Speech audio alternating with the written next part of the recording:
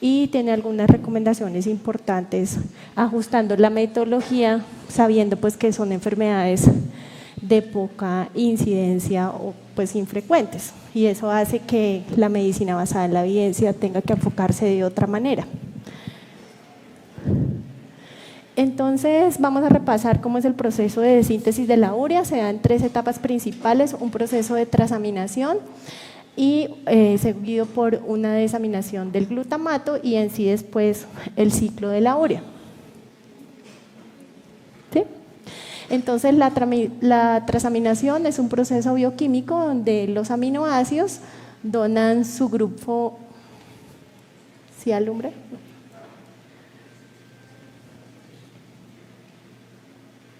No se ve. Alfa-amino, y es transformado en un alfa-cetoácido.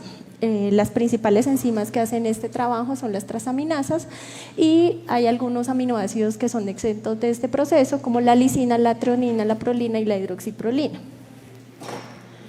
Entonces, decíamos que la síntesis de la urea son 3 pasos principales. Vemos acá en esta gráfica la primera etapa es la transaminación, y después la desaminación oxidativa del glutamato, que ocurre principalmente en los hepatocitos. Hay otros tejidos que también lo pueden procesar, pero principalmente ocurre en el hígado. Finalmente, después de la desaminación oxidativa, se produce el amonio, y es el amonio el que ingresa como tal al ciclo de la urea a formar la urea.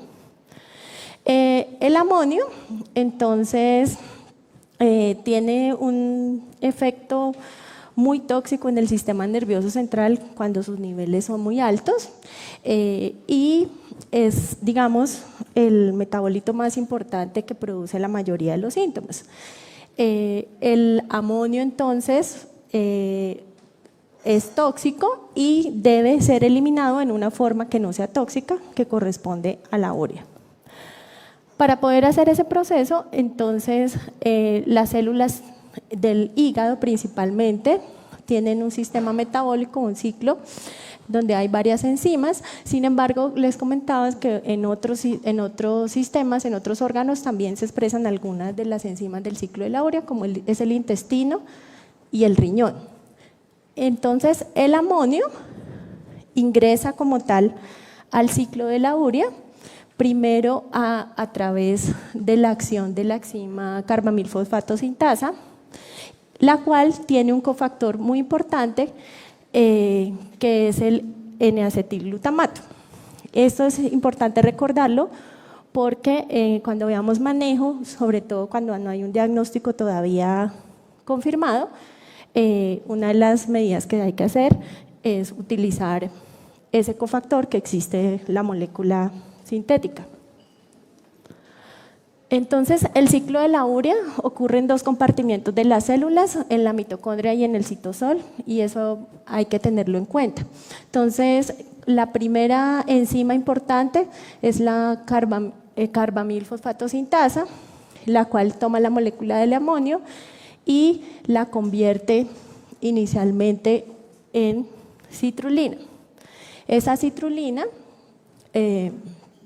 es tomada por la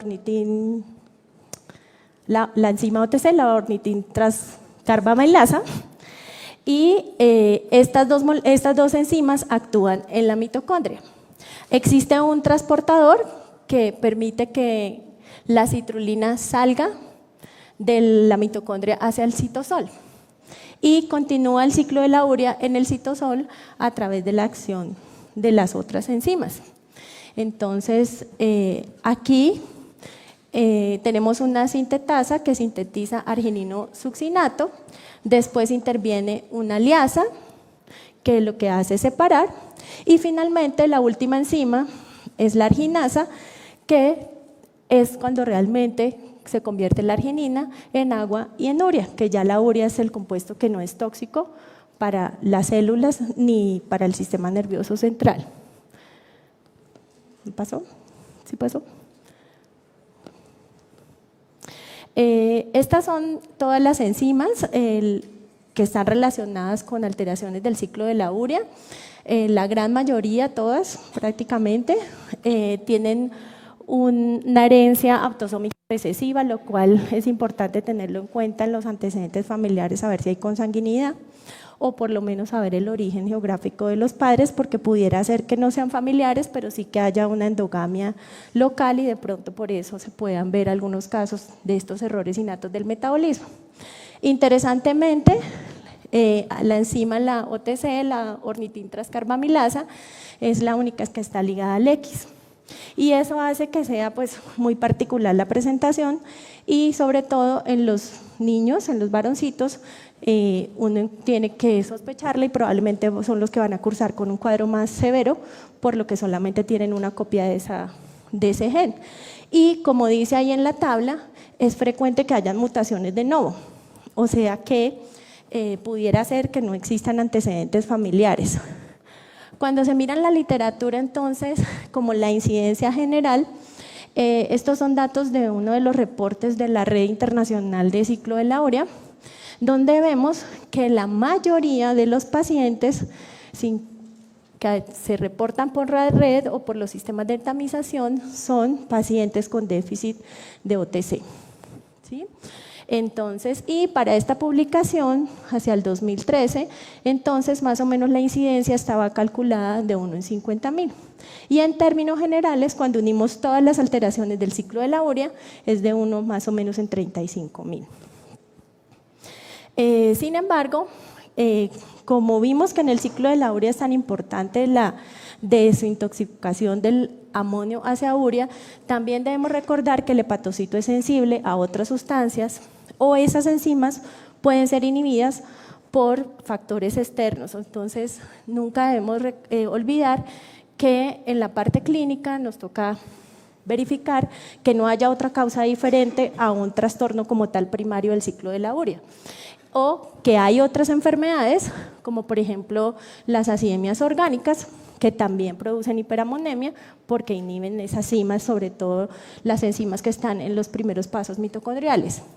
Y entonces, pues siempre hay que hacer el diagnóstico diferencial con otras causas de hiperamonemia, que algunas también son otros errores innatos o otras pueden ser adquiridas como exposición a algunos medicamentos, donde es muy frecuente encontrar, por ejemplo, hiperamoniemias por ácido valproico que se le haya formulado a algunos pacientes. Entonces, todo eso hay que hacerlo paralelo en el abordaje del diagnóstico. Habitualmente la presentación, digamos, clínica, depende un poco del tipo de mutación y probablemente cuál es la función de la enzima. Entonces, si la enzima tiene una mutación que impacta mucho la función, probablemente el cuadro va a ser más severo.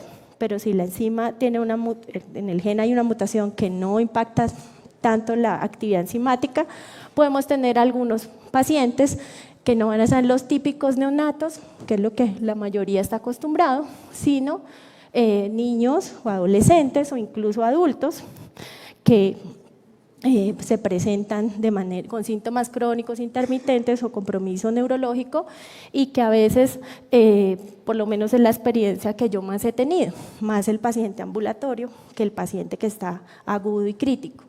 Y es, digamos, un poco triste porque, como siempre, todo se enfoca más al neonato y al agudo o al que está en crisis aguda, no se estudia suficiente los niños, los adolescentes o incluso adultos que tengan un déficit cognitivo, que tengan dificultades del aprendizaje. Y como no hay fenotipo externo con dismorfias, entonces digamos que el amonio es una prueba muy sencilla, muy económica, tiene sus recomendaciones de análisis preclínico que la hacen un poco delicada, pero digamos que es asequible y deberíamos como tenerlo más rutinariamente en cuenta. Entonces, como la mayoría de los errores innatos del metabolismo tipo 1, que son estos de moléculas pequeñas, generalmente la presentación clínica se ubica en esta dinámica del tiempo. Antes del nacimiento no hay ningún síntoma. ¿Por qué? Porque la mamá y la placenta hacen la tarea del metabolismo del bebé, entonces no hay nada que nos informe prenatalmente habitualmente en estos casos. Y las primeras horas de vida generalmente tampoco. Entonces, es más usual que una vez el bebé ha recibido la leche materna, se ha retado su propio metabolismo, se manifiesten estas enfermedades.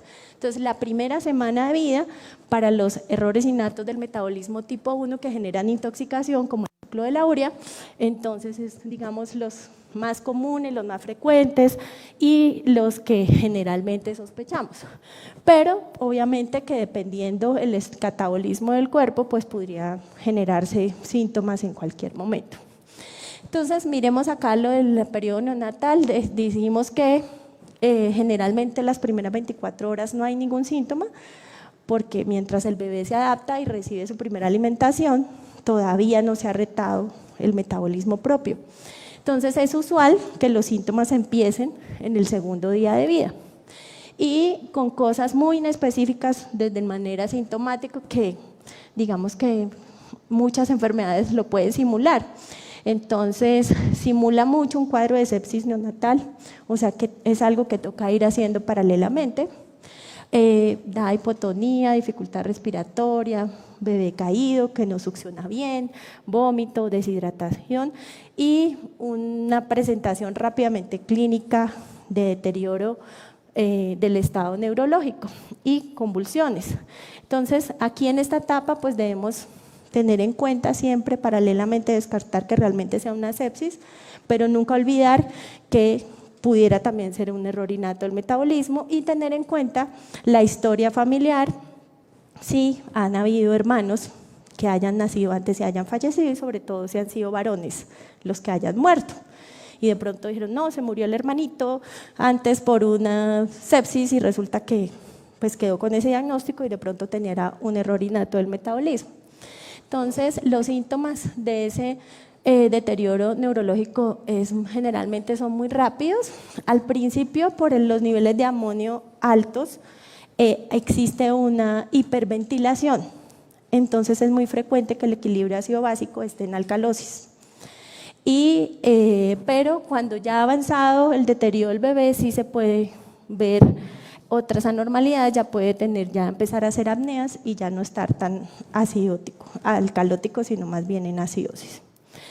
Entonces, en esa etapa inicial, habitualmente en este periodo neonatal, pues nos enfrentamos a un bebé que está hospitalizado, que está en una unidad de cuidado neonatal, que requiere varios soportes y que los pediatras generalmente pues se apoyan con muchos exámenes que son asequibles y sencillos, gases arteriales, electrolitos parcial de orina, ver si hay cuerpos cetónicos en la orina, y algunos, el amonio obviamente, el lactato piruvato, porque nos toca ver en qué nos estamos enfrentando.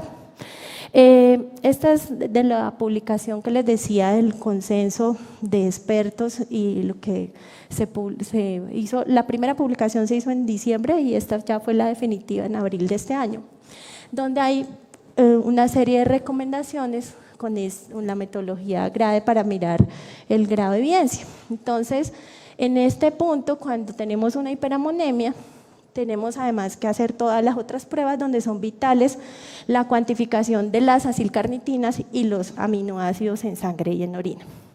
Y también los ácidos orgánicos y el ácido urótico. Y pues yo no puedo desperdiciar el momento para la cuña, y yo sé que hay muchos pediatras acá que deben estar en ejercicio o estudiantes, que esto es contradictorio con lo que dice el plan de beneficios en salud, porque el ácido urótico y los ácidos orgánicos y las carnitinas no están en el pozo, en el plan de beneficios de salud, y eso es que la tramitología sea una barrera más a la que se tiene que enfrentar el paciente que está tratando pues de llegar a un diagnóstico y salvar la vida y definir cuál va a ser el manejo definitivo. Entonces, cuando tenemos hiperamonemias, en general, porque el paciente no nos llega con el título tengo déficit de OTC o de la carbamilfosfato sintasa ni nada, tiene una hiperamonemia, un estado agudo crítico, entonces con esos exámenes sencillos, electrolitos, gases, azúcar, glicemia, podemos definir bastante.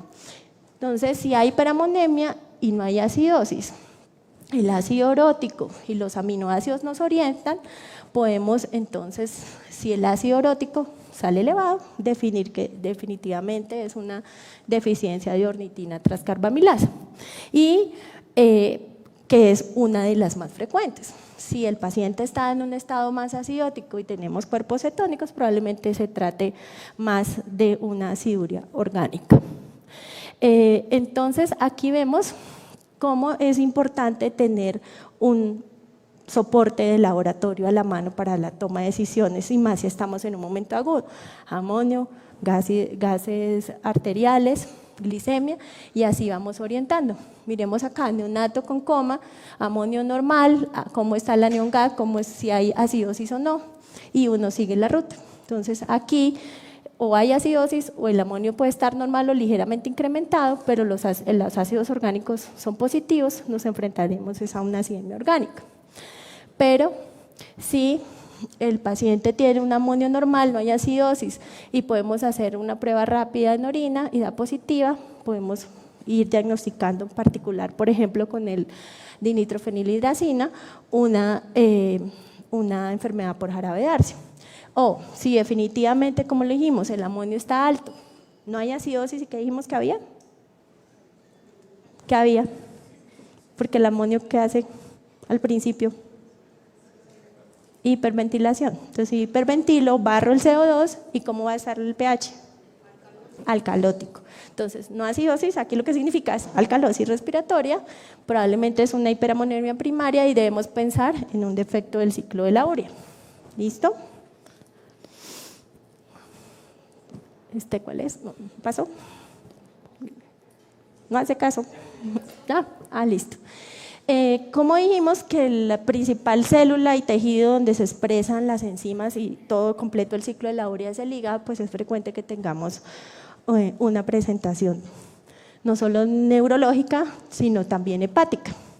Y puede ser un compromiso hepático agudo, que también nos implica que toca descartar otras cosas, o sea, un paciente que hace una falla hepática aguda, o tenemos un síndrome hepatocerebral asociado tanto los síntomas hepáticos y los síntomas neurológicos.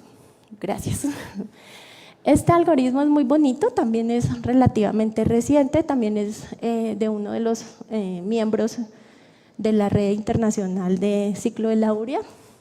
Este me parece muy útil porque nos va guiando con flechitas y si está arriba o abajo, cómo nos orientamos.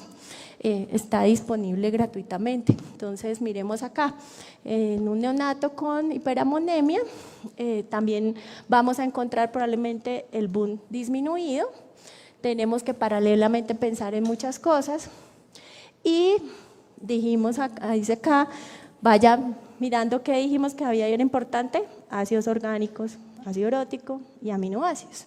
Y dice acá, repita el amonio, ¿cierto? Entonces también hay que ir repitiéndolo. Entonces hay que pensar siempre que puede ser una enfermedad por el ciclo de la urea. Con el reporte de los aminoácidos cuantitativos en sangre, podemos ir orientando bien cuál de las vías metabólicas, cuál es la enzima que está comprometida.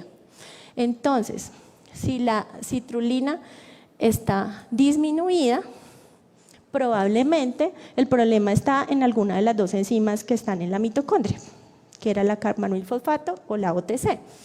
Y cuando nos llegue el resultado del ácido urótico en orina, que dijimos que toca pedirlo por MIPRES porque si no, no lo van a procesar, entonces podemos definir si realmente es un OTC o si es una carbamilfosfato sintasa o la enzima, la sintetasa que produce el cofactor de la enzima CPS. Si la citrulina está disminuida, está aumentada, perdón, no está disminuida, probablemente no es de las enzimas mitocondriales, y entonces ahí podemos ayudarnos con los otros aminoácidos, arginina, ornitina, arginosuccinato y homocitrulina. Tristemente, lo digo por la experiencia propia, cuando ordena uno aminoácidos cuantitativos en sangre, no todos los lugares procesan, por ejemplo, ornitina ni citrulina. Entonces uno está ahí siguiendo la ruta, hace la orden y resulta que a tantas semanas le llega el reporte y los aminoácidos no le sirven para tomar decisiones. Entonces, les recomiendo que el día que los ordenen, toca que escriban aminoácidos cuantitativos y escriban que incluya citrulina, ornitina, porque así es la única manera como yo he visto, por lo menos en el caso de los pacientes ambulatorios, que puede funcionar. Entonces, mirando acá, si tenemos la ornitina aumentada, la homocitrulina aumentada, lo más probable es que tenemos un síndrome triple H, que no es muy frecuente. Yo no he visto pacientes con síndrome triple H. Entonces, este algoritmo me parece muy bueno porque le ayuda a uno con los… ¿No me ayudas? Porque no la estoy pasando y no la paso.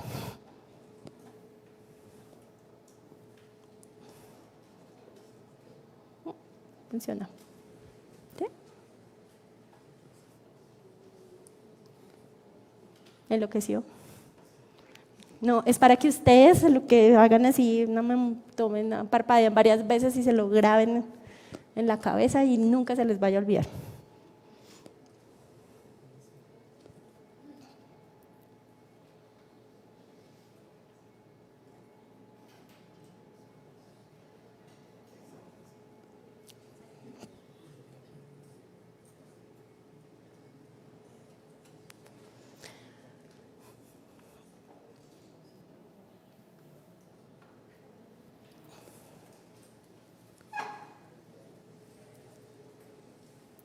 Dijimos entonces que también en ciclo de la urea es frecuente que veremos pacientes que no se diagnosticaron chiquiticos, ¿cierto? Que no hicieron esos cuadros como tal tan típicos del neonato y grave, sino que puede llegarnos un niño, un adolescente o incluso un adulto. Hace 2 años me vi con un amigo que es médico colombiano que ejerce en Estados Unidos y, por ejemplo, me contaba él que hacía poco había diagnosticado a un hombre de 42 años por primera vez déficit de OTC. Un señor que siempre ha tenido dificultades en el aprendizaje, en el lenguaje, nada claro, y hasta los 42 años se hizo el diagnóstico de un déficit de OTC con una presentación de deficiencia, pues sería parcial, ¿no? Entonces, por eso digo yo que se nos debe ocurrir que a cualquier edad puede presentarse un paciente con déficit de alguna de las enzimas del ciclo de la urea. Entonces, en estos pacientes las manifestaciones tienden a ser más inespecíficas y, digamos, a veces atípicas, por así decirlo, de presentación tardía, pero cuando uno pregunta la historia clínica, encuentra que hay unos detonantes, que hay unos gatillos, que hubo algo que aparentemente hizo que se manifestara la enfermedad. Y ahí tenemos un problema grande porque a veces coincide, por ejemplo, con la vacunación y la fiebre y la reacción. Entonces, la fiebre genera aumento del catabolismo y se reta más ese sistema y el metabolismo, y ahí entonces las mamás a veces creen que la culpa de la enfermedad y las secuelas fue la vacuna, por ejemplo. O si le dio una bronquiolitis, una neumonía, un trauma, algo, entonces hay que tener cuidado y hay que hacerle el interrogatorio para ver esos detonantes. Y también pues hay que explicarlo, porque yo he visto mamás que creen que la razón de la cual sus hijos quedaron enfermos, tienen lesiones, es la vacunación, o la neumonía, o la bronquiolitis. Y resulta que simplemente fue algo que retó el metabolismo y hizo que fuera más manifiesto algo subclínico. Entonces, también en estos pacientes se pueden dar cuadros agudos, o sea, deterioro rápidamente progresivo del sistema nervioso central. Entonces, donde hay un DEU parecido a lo que vimos en los neonatos, solo que aquí pues es un poco más fácil el diagnóstico diferencial. Y vemos también entonces ese coma, letargo. También pueden cursar estos los pacientes más grandes con ataxia, con convulsiones, con hipotonía, con alteraciones de la coordinación. Ya, ahora sí. Entonces aquí nuevamente tenemos que apoyarnos con cosas sencillas. Otra vez gases arteriales, electrolitos, hacer cálculo del anion gap, mirar el amonio sérico y medir la glicemia para poder identificar qué puede ser. Aquí, como vemos, es algo que no nos da un foco específico a nivel del sistema nervioso central, pero a veces sí lo hay. Entonces aquí un coma metabólico es poco frecuente que en el ciclo de la urea la glucosa esté disminuida, por ejemplo. Entonces vemos la escalosis respiratoria, el amonio muy alto y probablemente encontraremos la glicemia normal. Sin embargo, algunos pacientes hacen síntomas de focalización. Entonces, se pueden confundir con eventos cerebrovasculares o con tumores, con masa. Y hay que tener en cuenta diagnóstico diferencial con las acidemias orgánicas. Hay que entonces, en estos cuadros de compromiso neurológico agudo, digamos que ahorita vamos a hablar un poco más en detalle del manejo, pero en términos generales se suspende temporalmente la ingesta de proteínas, se debe hidratar muy bien y suplir la glicemia, se da carnitina, quelantes del amonio, para pues, intentar estabilizar el paciente. Algunos síntomas focales, dijimos, semejan como unos SBs, pero pues no son las únicas enfermedades metabólicas que semejan ese cuadro como de evento cerebrovascular. Entonces aquí vemos que el ciclo de la urea es una, pero también pueden haber hemiplegias, signos extrapiramidales, pobre coordinación en el cuadro neurológico.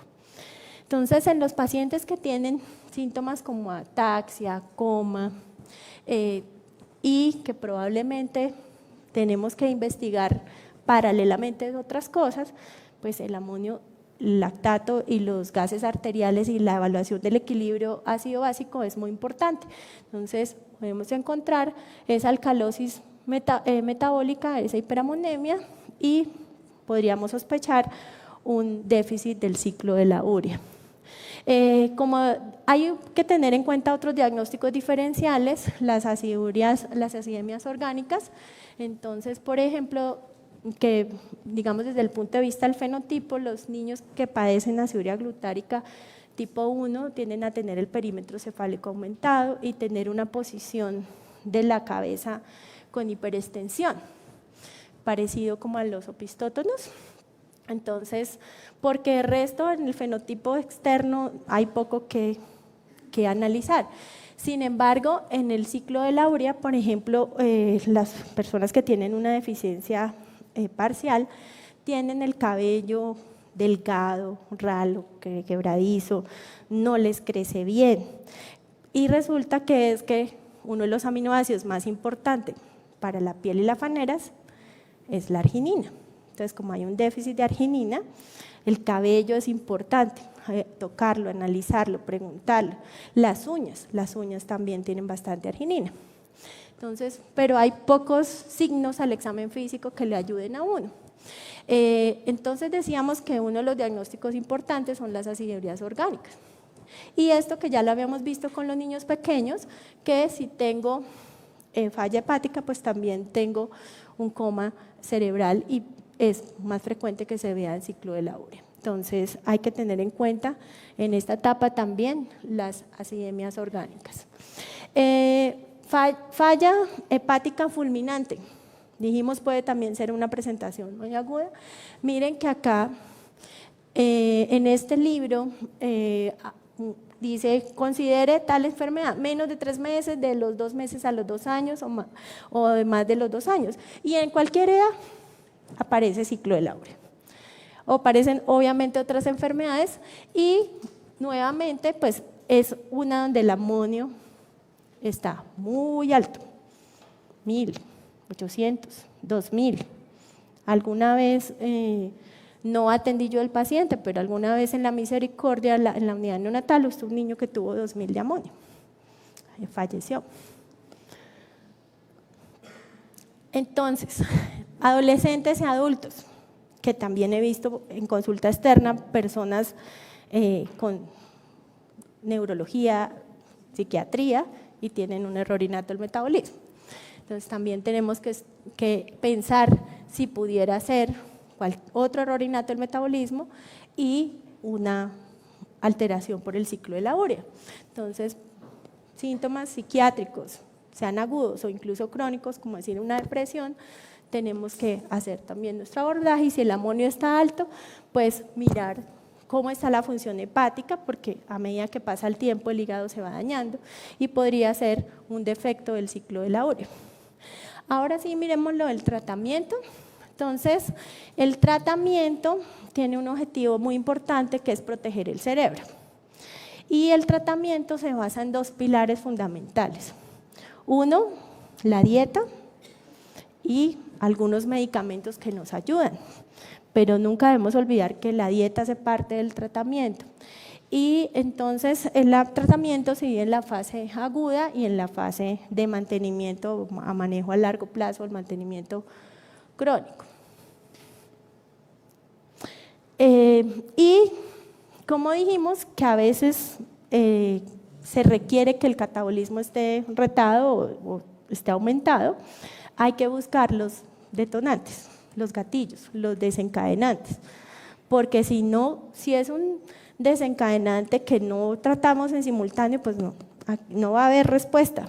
Entonces, si fue la fiebre o si fue una fractura, un trauma, o sea, hay que mirar cuál fue el detonante para también ver si lo podemos controlar o no. Entonces, el manejo se divide para cuando hay compromiso de las enzimas que están en la mitocondria o las que actúan en el citosol. ¿La recuerdan? La carbamilfosfato sintasa y la OTC. ¿Listo? Entonces, las que están en la mitocondria del hepatocito. Entonces, el manejo debe iniciarse inmediatamente y hay una recomendación que dice, obvio que hay que confirmar el amonio y hay que estar seguros que no haya un error de laboratorio, pero que esa confirmación del amonio no retrase que uno inicie el tratamiento. Entonces, hay que suspender la ingesta de proteína exógena más por este lapso de tiempo de 24 a 48 horas como máximo. Hay que prevenir que se siga aumentando el catabolismo, entonces hay que hacer un buen aporte de azúcar, de líquidos, para evitar el catabolismo y hay que reducir los niveles de amonio. ¿Con qué? Con medicamentos y con diálisis. Y en algunos libros dice que si el amonio está de 500 micromoles por litro, usted prepárese ya para hacerle una medida de salvamento extracorpórea, o sea, prepárese para una diálisis. Sin embargo, pues también las guías dicen, no vamos a esperar hasta 500, ya de 300 vaya listando todo lo que se necesita. En el último consenso, por ejemplo, dicen que se prefiere la hemofiltración a la diálisis peritoneal, no recomiendan la realización de la diálisis peritoneal. Y en el aporte de líquidos, entonces, tenemos que poner glucosa y siempre chequeando que los electrolitos estén bien y los medicamentos para detoxificar, los quelantes del amonio. Los más famosos, los más conocidos y los que se usan en emergencia es el benzoato de sodio y el fenilbutirato de sodio. La dosis de ambos se calcula igual, 200 miligramos kilogramo. Y en la parte inicial hay que hacer un bolo inicial y a las 2 horas, entonces se deja la dosis del día, otra vez 250 miligramos kilogramo día para el resto del día.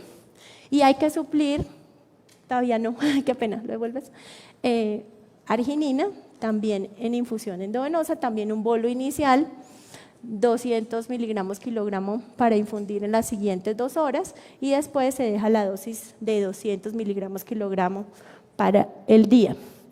Aquí, entonces, en esta grafiquita nos muestran cómo es la eliminación del amonio, sea con el benzoato o sea con el fenilbutirato. Y la ventaja de usar el fenilbutirato de sodio es que elimina 2 moléculas de amonio y el benzoato elimina una sola. Entonces, la eliminación del amonio es más eficiente si tenemos fenilbutirato. En alguna charla que estuve del asistente del doctor Marshall Summar, que es uno de los miembros de la red internacional del Children's Hospital de Washington, él decía, si están los dos, use los dos, ¿sí?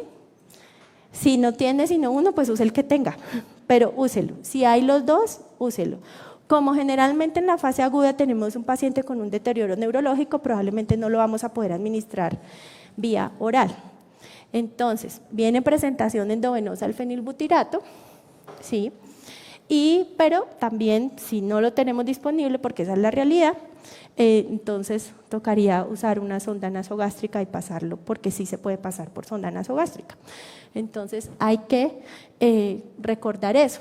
La ventaja de tener el fenilbutirato es que vamos a bajar 2 moléculas de amonio por cada molécula de fenilbutirato y el benzoato solamente una. También dijimos que cuando empezamos, hablamos que en el ciclo como tal hay un cofactor muy importante de la carbamilfosfato sintasa, ¿cierto?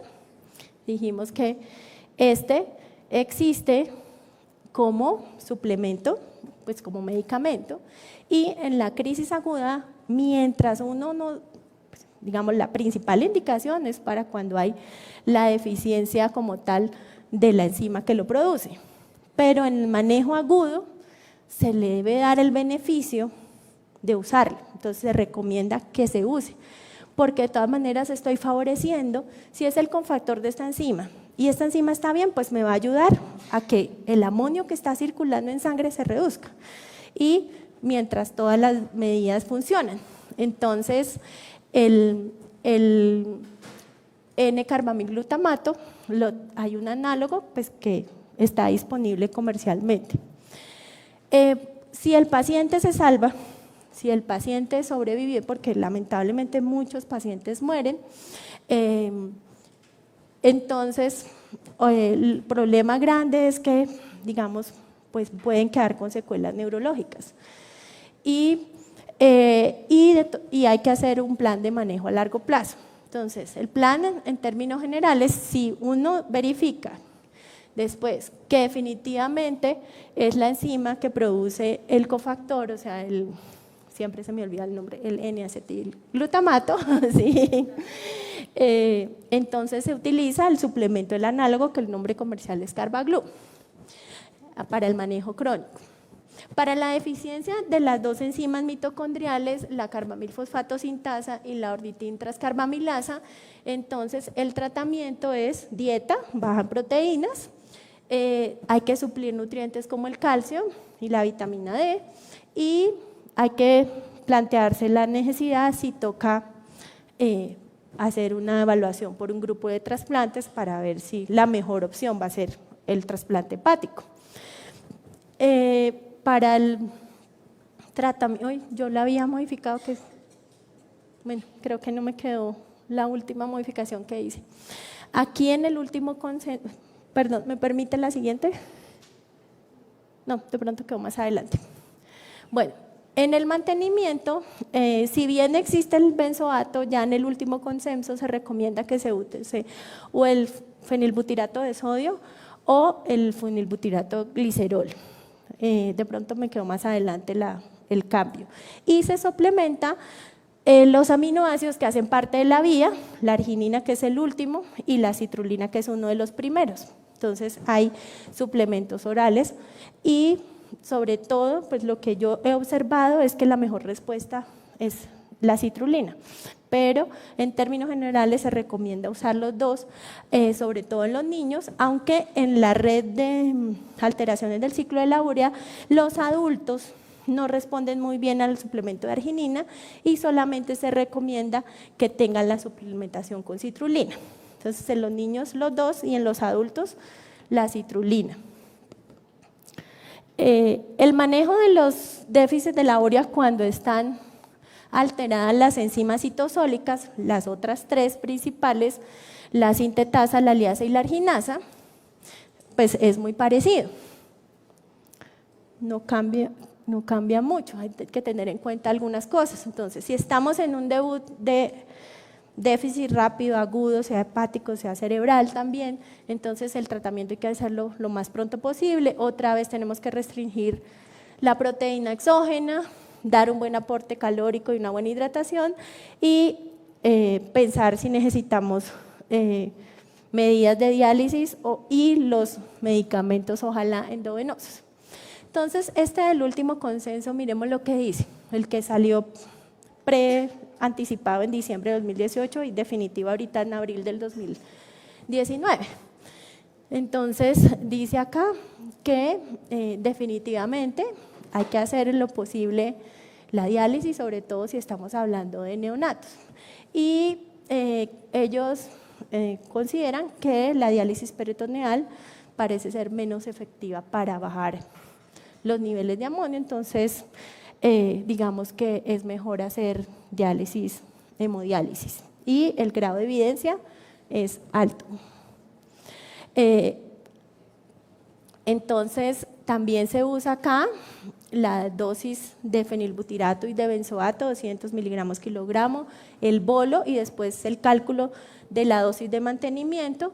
El rango va de 250 a 500 miligramos kilogramo día y se suplementa la arginina, pero aquí sí tenemos que tener cuidado, ¿listo? Porque aquí sí tenemos una contraindicación, si el déficit es de la arginasa no podemos dar arginina.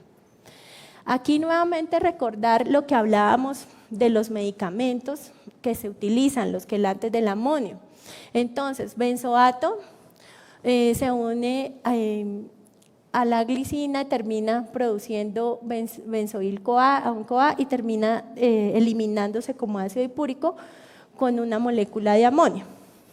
En cambio, el fenilbutirato lo hace por otra vía, también con una molécula de CoA, utiliza como tal la glutamina y elimina 2 moléculas de amonio. Por eso es que el fenilbutirato tiene una mejor respuesta a disminuir la dosis, los niveles de amonio. Entonces, aquí sí me quedó corregido. Entonces, para el mantenimiento a largo plazo, nuevamente dieta baja en proteínas, suplir sus nutrientes, principalmente calcio y vitamina D, y considere si toca consultar un grupo de trasplante hepático. Mantenimiento, fenilbutirato de sodio y fenilbutirato glicerol. Dosis de fenilbutirato de sodio, ya se la debieron aprender, la hemos dicho como 10 veces, 250 miligramos kilogramo día, dividido en 3 dosis que se van a distribuir en el día.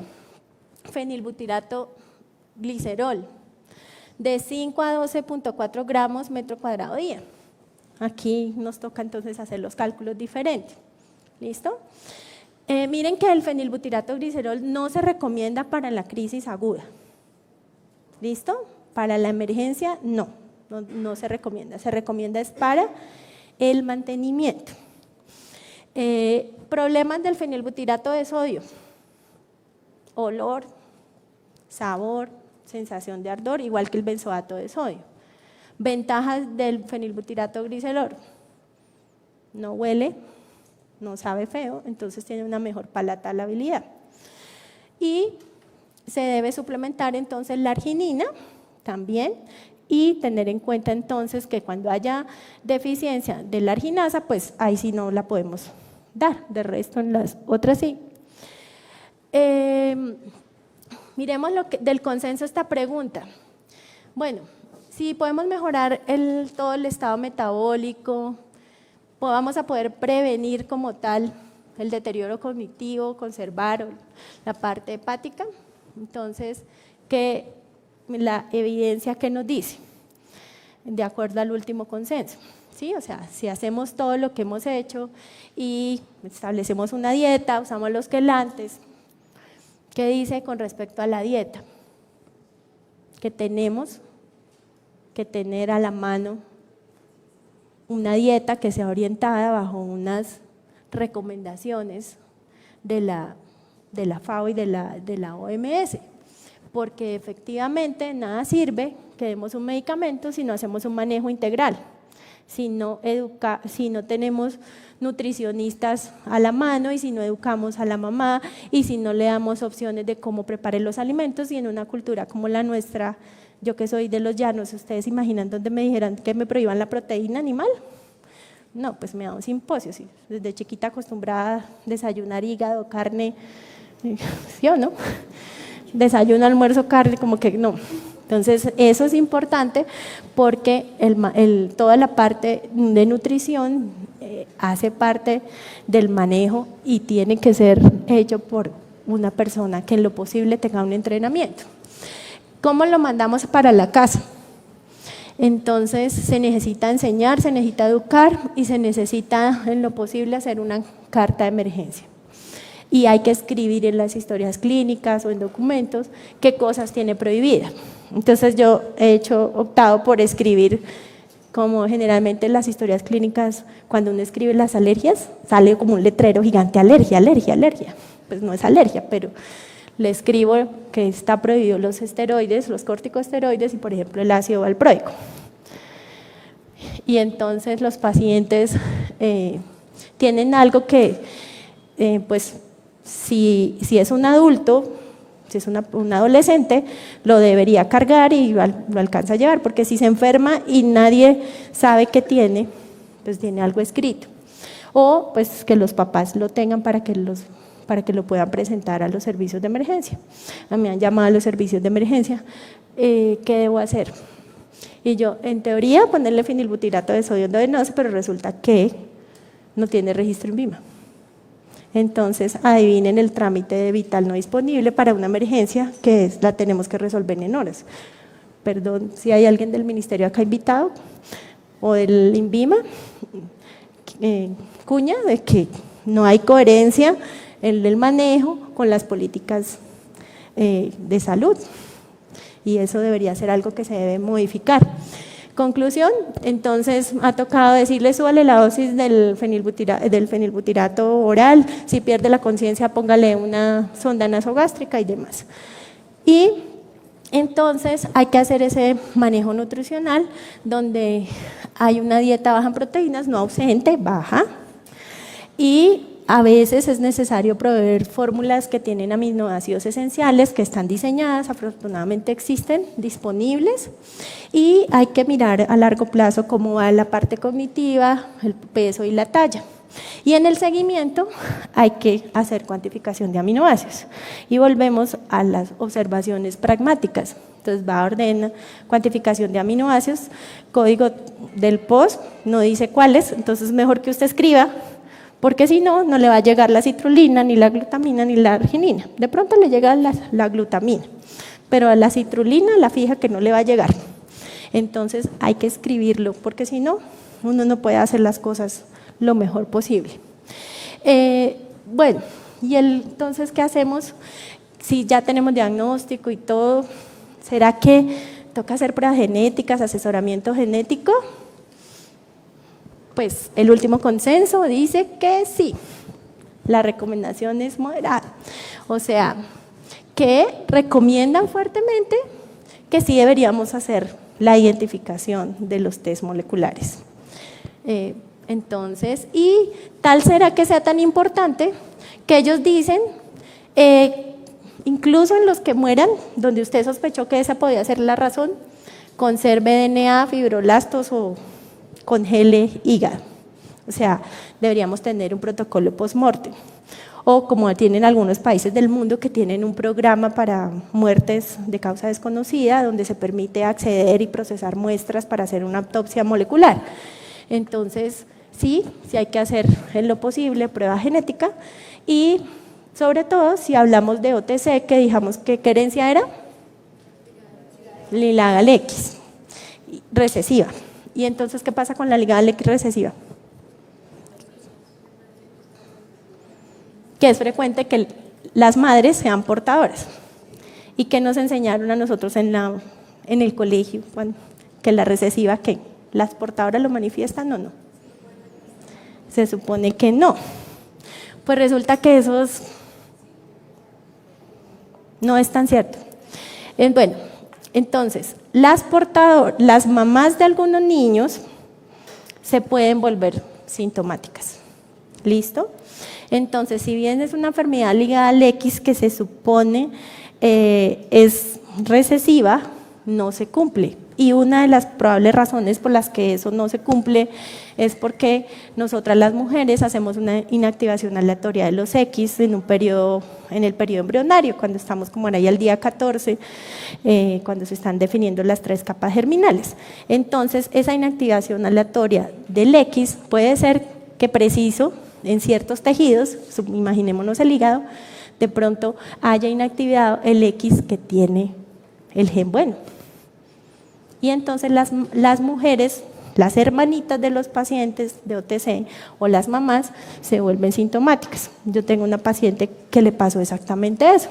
Siempre se consideró que ella no estaba enferma de nada hasta que tuvo un niño que nació, hizo el debut clásico neonatal y después murió. Y post-mortem fue que ella misma hizo espionaje médico en el Google y demás, y ella dijo, yo creo que pasa esto porque ella desde chiquita tenía una autorrestricción a las proteínas y la mamá le daba palo porque no comía pollo ni carne ni nada.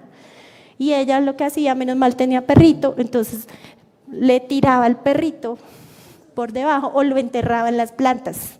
Tenían jardín, entonces las que echaron, bueno, fue el perro y las matas del jardín. Entonces, de los medicamentos, dijimos benzoato, fenilbutirato y fenilbutirato glicerol. Estos son las casas farmacéuticas, los nombres, la presentación. Dijimos que ventaja de la mayoría del glicerol es el no sabor. Sin embargo, esta marca, por ejemplo, de fenilbutirato de sodio, pudo hacer una presentación que no sabe de una manera. Entonces, eso tratando de mejorar ese mal olor y ese mal sabor para mejorar la adherencia. El fenilbutirato glicerol, entonces dijimos, sirve para el mantenimiento, o sea, manejo crónico, no para el agudo. Se calcula la dosis por metro cuadrado y lo que se vio en los estudios, comparándolo con el fenilbutirato de sodio, es que tenía unos mejores controles de los niveles de amonio contra el fenilbutirato. Estas son como un cuadro comparativo de los dos medicamentos, cuál es la dosis máxima y lo demás, digamos que lo que esté disponible. Y pues la siguiente, esta me parece más interesante, porque en los estudios, cuando se empezó a diseñar la molécula del fenilbutirato de glicerol, se hospitalizaron los pacientes y se monitorizaron varios días, cada hora, los niveles de amonio, porque el amonio es un metabolito que es muy variable a lo largo del día normalmente. Y el área de la curva de las cantidades de amonio fue mucho más estable con el glicerol, con la presentación de fenilbutirato glicerol con respecto a fenilbutirato. Entonces, el margen es más estrecho y es más estable los niveles de amonio para los pacientes. Entonces, parece que va a ser pues una ventaja grande. También obviamente hay, digamos, eventos adversos de los medicamentos, generalmente son más de gástricos, gastrointestinales, náuseas, gastritis. Digamos que no hay reportados eventos adversos severos. También se ha hablado de mujeres que de pronto hubieran recibido benzoato de sodio, hay algunos como era el que estaba antes más disponible y era como más económico, entonces hay mujeres embarazadas que recibieron benzoato de sodio y los bebés no tuvieron ningún problema, entonces parece que no es teratogénico. Nuevas opciones al futuro, pues como todo en medicina, muchos investigan. Terapia génica, ese es el trial que está vigente ahorita de terapia génica. También algo que me parece interesante, que tiene que ver con la microbiota, porque dijimos, en el intestino se produce parte de, pero también las bacterias metabolizan y producen amonio y tienen metabolismo. Entonces, algunos estudios están enfocados en analizar la microbiota de los pacientes y ver si se puede modificar y particularmente la generación de cultivos en 3D, simulando tejidos en este caso un tejido hepático, a través de células madre pluripotentes inducidas, o sea, que artificialmente podemos tener, como quien dice, un mini higadito que sea derivado de una célula somática del paciente donde no haya problemas de rechazo de trasplante. Entonces, pues esas son las cosas que hay como probablemente a futuro. Esto es un diseño de uno de los artículos que hablan de esos cultivos en 3D que se llaman los organoides hepáticos, que probablemente ya están disponibles, ya se están investigando, y cuando se analiza la expresión de esas células que se acomodan en ciertas matrices, pues se mira si expresan las enzimas del ciclo de la urea, y pues por lo menos hay resultados prometedores. Eso es todo.